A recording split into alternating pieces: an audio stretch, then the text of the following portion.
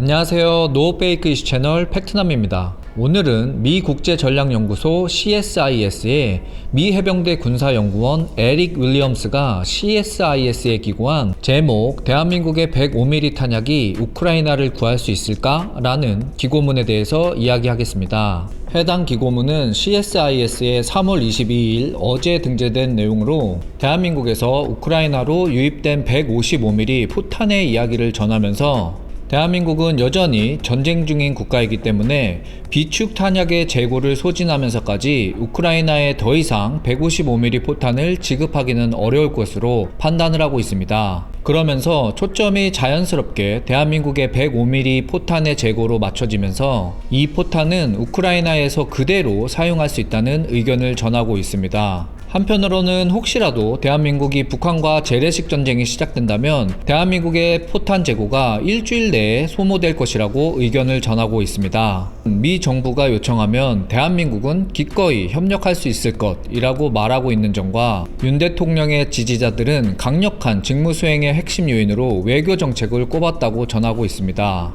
미국의 싱크탱크에 기고된 전문가의 글로 현재 우크라이나 상황과 동시에 현재 우리의 자산과 미국의 싱크탱크가 바라보는 대한민국에 대해 다시 한번 생각하게 만들어주는 기사 같습니다. 바로 기사의 내용 확인해 보도록 하겠습니다. 기사의 내용은 주황색 바탕으로 표시가 됩니다. 구독과 좋아요는 제가 영상을 만드는 큰 힘이 됩니다.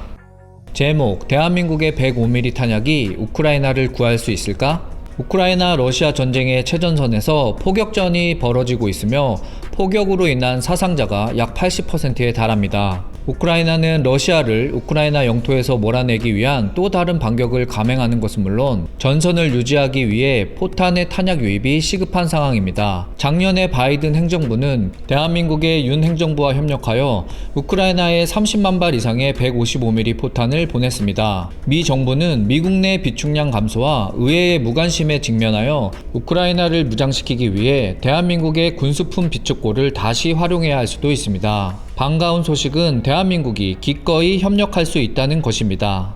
부재, 우크라이나의 포탄 필요성. 우크라이나 정부 관리들은 전선을 유지하는 것만으로도 한 달에 7만 5천 발의 포탄이 필요하며 또 다른 대규모 공세를 펼치려면 그 2배 이상의 포탄이 필요하다고 말하고 있습니다. 반면 러시아는 매달 약 30만 발을 발사하고 있으며 월 25만 발 정도의 생산량과 북한으로부터의 수입으로 이를 유지하고 있습니다. 현재까지 미국은 다양한 구경의 포탄을 300만 발 이상을 투입했습니다. 3월 12일에 발표한 3억 달러 규모의 군사지원 패키지는 탄약과 기타 군사장비의 단기 재보급을 위한 것입니다. 의회에서 논의 중인 600억 달러 규모의 추가 자금은 우크라이나가 수개월 동안 저항을 지속할 수 있게 해줄 것입니다. 또한 미국은 현재 월 3만 개 정도인 포탄 생산량을 2025년 말까지 10만 개로 늘려 우크라이나의 수요를 처리하고 미국의 세계 전쟁 비축량을 유지하는 데 도움이 될 것입니다. 새로운 자금 투입은 우크라이나의 저항에 필수적이지만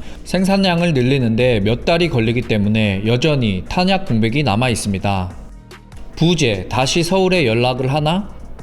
2023년 4월 언론 보도에 따르면 대한민국이 우크라이나 분쟁에 직접 개입하지 않고 탄약이 우크라이나로 향할 것이라는 암묵적 이해하에 미국의 155mm 포탄 30만 발과 그리고 50만 발을 빌려주기로 합의했다고 합니다. 합의의 세부 사항은 아직 알려지지 않았지만 미국은 대한민국의 생산업체인 풍산과 하나 에어로스페이스로부터 새로운 탄약을 구매하여 탄약을 반환할 수 있습니다. 부재, 탄약 생산과 대한민국 산업 기반. 풍산은 탄두 본체를 하나에 공급하고 하나는 신관과 포탄을 조립하여 완성된 포탄을 생산합니다. 이 두 회사는 대한민국의 주요 글로벌 무기 공급 업체가 되기 위한 지속적인 야망의 중요한 역할을 해왔습니다. 1970년대 후반부터 대한민국은 산업 엔지니어링 전문성을 활용하여 KH-178 105mm 견인 곡사포와 같은 기본 무기를 생산했습니다. 이후 대한민국은 4세대 전차, 4.5세대 전투기, 자주포와 같은 최첨단 무기를 개발했으며 나토 회원국을 비롯한 점점 많은 국가가 이를 찾고 있습니다. 예를 들어 폴란드는 최근 26억 달러 규모의 대한민국 자주포 구매 계약을 계약을 체결했습니다. 이전된 탄약은 2000년대 초 종료된 미국의 전진기지 기반 재래식 무기 비축 프로그램인 동맹국 비축 프로그램의 일부였던 것으로 알려졌습니다. 미국은 의회의 승인을 받아 대한민국의 155mm 포탄, 폭발물 및 기타 무기를 동맹국 비축 프로그램의 일부로 판매했습니다. 이후 대한민국은 2023년 미국과의 협정이 체결될 때까지 동맹국 비축 프로그램 탄약을 유지했습니다. 그러나 대한민국은 생존을 위한 싸움을 위해서는 이제 155mm 포탄을 남겨놔야 할 것입니다. 우크라이나처럼 대한민국은 제한된 군수품 비축량과 제한된 생산 능력으로 무장한 채 위협적이고 적대적인 이웃국가와 맞서고 있습니다. 실제로 일부 공개된 보고서에 따르면 대한민국은 북한과의 재래식 충돌이 발생하면 일주일 이내에 군수품 부족에 직면할 수 있다고 합니다. 추산에 따라 대한민국의 연간 포탄 생산량은 약 20만 발에 달합니다. 대한민국과 비슷한 규모의 우크라이나 군대는 한 달 동안 치열한 전투를 벌이면서 그만큼 많은 발사체를 발사했습니다. 부재, 대한민국 비축 탄약 105mm.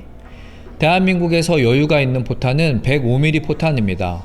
105mm 포탄은 155mm 포탄에 비해 사거리와 폭발력이 떨어지지만 이 곡사포는 더 가볍고 기동성이 뛰어납니다. 서방의 155mm 포가 비축량이 줄어들면서 미국과 다른 국가들은 우크라이나에 105mm 곡사포와 탄약을 제공했습니다. 현재 우크라이나 군대는 미국의 M101, 미국과 영국의 M118, 119, 이탈리아 오티오 멜라라 등 약 100문의 105mm 곡사포를 운용하고 있습니다. 베트남 전쟁에서 이 경량 곡사포는 도로와 공중을 통한 높은 기동성으로 인해 화력에 없어서는 안 될 필수품이었습니다. 가벼운 무게와 기동성 덕분에 우크라이나 포병부대는 사격 후 신속하게 재배치할 수 있었으며 이는 현대 전장에서 생존을 위한 중요한 전술이었습니다. 또한 이 곡사포는 우크라이나 전쟁의 지휘관들이 거친 지형에서 높은 가치의 목표물을 공격할 수 있게 해줍니다. 헬리콥터를 이용한 신속한 이동으로 위협이 있는 지역을 신속하게 전력을 보충할 수 있습니다. 공개된 보고서에 따르면 대한민국은 약 340만 발의 105mm 포탄을 보유하고 있으며 이 중 대부분은 한때 동맹국 비축 프로그램에 속했던 포탄입니다. 이 탄약은 우크라이나가 운영하는 모든 105mm 곡사포와 호환될 수 있습니다. 이 탄약을 대여해도 대한민국의 준비태세에는 문제가 없을 것으로 보입니다. 대한민국이 운용하는 곡사포의 30% 미만이 105mm 탄약을 발사하며 대한민국은 대부분의 부대를 국산 K9 썬더와 같은